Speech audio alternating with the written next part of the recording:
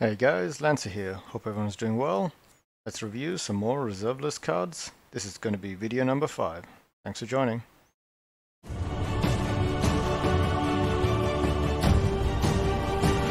We have Balm of Restoration. So Balm of Restoration is a 2-mana artifact. Really liked the artifacts back then. It says A1, tap, sacrifice Balm of Restoration to gain 2 life or prevent up to 2 damage to any target or to any player or creature. I guess that still limits any target. So this is not a good card. It costs too much. It requires a sacrifice. It doesn't actually provide anything other than preventing 2 damage and gaining you some life. For 3 mana, that just doesn't seem worth it. But at the same time, there is some interest behind it. This could just be rising because of everything else. The lowest you can get it for TCG is 18 cents. So it's certainly not a good card for any useful decks that I can think of. So we can move right past it. So, moving on to Benthic Gin. Very interesting. I can see a massive spike in price for this card. So let's figure out what it does and why people love it. It's 2 colorless, 1 black, 1 blue. Summon Gin. It's from Mirage. It's got Island Walk. It says during your upkeep, lose 2 life. It is a 5/3 Island Walk. No, I can't. I mean, on TCG, the lowest you can get it for is 56, so I would not fall for this one, guys. It says the all-time high is $5, which is probably just right about yesterday. I think this is a terrible card. Losing 2 life, I can't see any value in that. Especially when it doesn't say you take 2 damage or something, which you can actually do something about or put into use. This one just says lose 2 life. So I can't see any value in this, and it seems like a terrible card. I say skip it. But let me know in the comments below if there's something I'm missing and why it spiked to $4, almost $5 in just the last 3 days. Next card, Black Carriage. I like this art. It's from Homelands. It is moving up. Let's find out what it does. Summon Carriage. Interesting. That's a very interesting creature type. It's got trample. It says does not tap during your untap phase. Pay 0. Sacrifice a creature to untap Black Carriage. Use this ability only during your upkeep. It's a 4/4. It's a 5 mana 4/4 trample that does not untap unless you sacrifice a creature and pay 0 mana. 0 mana is very interesting. I guess this was before they had a mana symbol or just said sacrifice a creature, ... untap the Black Carriage. But well, as we can see, it's actually moving up, and I can't see any real uses for this. It is an unlimited sack outlet, but there's so many better ones. I like the art, but you know, the art is cool, but it's still separate from a lot of things. I like that gold really stands out on these black horse stallions. That's pretty fancy actually. But no, in my head, this is still a terrible card. Continuing on. Blizzard. Ice Age. That makes sense. But it is green. That doesn't make sense. I expected that to be blue. It's 2 green. Enchantment. Cumulative upkeep. Pay 2. You cannot cast Blizzard if you control no snow-covered lands. That shouldn't be an issue with Cal Team coming out. Creatures with flying do not untap during their controller's untap phase. This could be spiking for a couple of reasons. Cal Team just came out. It started moving up on the 4th of January. It's now almost sitting at 46 cents on TCG, but high value, probably near mint cards are $1.20. I don't think it's a good card, but while it's not a good card, it'll certainly annoy some of the players on the table. And it's in green as well, which is usually terrible for dealing with flying creatures and has plenty of mana. So maybe there's something to this one. The spike doesn't say much about it, but maybe there's something to it. And it's legal everywhere. Ice Age. Okay, interesting. Continuing on. Forgotten Phoenix. Once again, no surprise. It is moving up in price. And there's a lot of text, so I'm going to move to an easier way to read this. Flying. When Forgotten Phoenix dies, exile it if it had a death counter on it. Otherwise, return to the battlefield under your control and put a death counter on it. A 5 mana 3/3 flying that when it dies the first time, it's pretty much got what's that one that gives you +1/+1 counter and then comes straight back, or -1/-1 counter? There's an equivalent one, but this is a terrible version of it.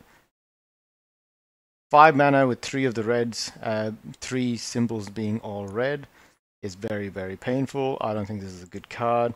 It's got an interesting effect. It's got an interesting return it back to the field. If you have a way to keep removing counters from a creature, I guess you can keep this going forever. But there's better cards to do that kind of stuff with, and infinite triggers. You can get it from TCG for 40 cents. I don't think it's actually worth it. The art looks wonky. Kind of looks cool. Stands out really well against the clouds. But, you know, there is some cool volcano and lightning in the background. Okay. There's some interesting things going in the artwork. Worth 40 cents? I'm not too sure. Let's move on to Brand of Ill Omen. That Ill Omen is very, very interesting. It's 3 eyes. Brand of Ill Omen is 3 colorless, 1 red. Enchant creature. Cumulative upkeep. Pay a mountain. Target creature controller cannot cast summon spells.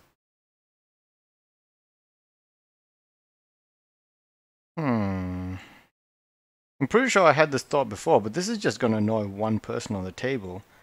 And you had to pay red mana to keep it going. It pretty much means that they cannot cast any creatures as long as you're willing to play this on a creature they already control.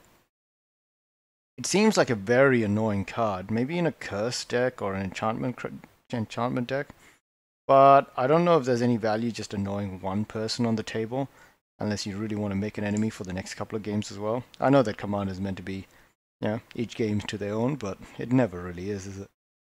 I don't think this is a good card. It just feels like a really annoying and painful card. And, it's legal in Commander, but it just feels annoying. You're going to be using up a lot of your resources as well. So, no good. Continuing on. Brushwag. I mean, I would have gotten it for that art if it wasn't for already moving past what I would consider value, but it is 28 cents on TCG. That's a hilarious looking goblin face on what looks like a armadillo or something, just covered in grass. So Brushwag is 1 colorless, 2 green. Brushwag blocks or is blocked, it gets -2/+2 until end of turn. And it is a 3/2. It becomes a 1/4 when it blocks or is getting blocked. That's a terrible card. It might be good in a deck that says your creature does damage based on its toughness, but you're still paying 3 mana for a potential 4/4 then. And yeah, okay, in that kind of a deck, I can see it being a okay card. But then you'd have to have the commander or that card that activates the ability. It just seems like a lot of hoops to jump through. I don't think it's actually a good card. I'll continue right past that one. Call to Arms, Ice Age. Call to Arms is 1 colorless, 1 white. Choose a color. I'll read the simpler ones. Nope, there is no simpler version of this. As Call to Arms enters the battlefield, choose a color and an opponent. White creatures get +1/+1 as long as the chosen color is the most common color among non-token permanents the chosen player controls, but isn't tied for the most common. When the chosen color isn't the most common color among non-token permanents the chosen player controls or is tied for the most common, sacrifice Call to Arms. I would recommend do not get this card. You're going to confuse everyone on the table and they're all going to hate you for it. The card is worth 23 cents and it's probably worth 23 cents. I'm amazed that they could not simplify this because of how specific that Call to Arms text really was. Yeah, okay. The jokes aside, this is not a good card and it's confusing to even not try to understand what it actually does. And it seems like a lot of calculation that no one wants to really do in a couple of Commander games in a row. Moving on. Canopy Dragon. Interesting abstract art. It looks like something straight out of a book cover. Especially the old school ones from Drizzt or Dungeons and Dragons. Canopy Dragon is a 4 colorless, 2 green summon dragon. It's from Mirage. It has trample, and you can pay 1 colorless, 1 green. It gains flying, loses trample until end of turn. It's a 6 mana 4/4 with trample. That's terrible. Then you had to pay another 1 green and 1 colorless to make it lose trample and gain flying. Terrible card. It's a terrible card. It is moving up. It's 52 cents on TCG. I don't think it's worth even that. I don't know if this thing is being printed a lot. Mirage sounds like something that was printed a lot more than the previous other sets from the reserve list. So I don't think this is actually worth it, and it's a terrible card in the end. It doesn't even come as a big creature to begin with. So you can't do anything fancy. Nope, all good. Moving on. Chaos Harlequin. This seems confusing already, so I'm going to move straight on to the new text. So Chaos Harlequin is 2 colorless, 2 red.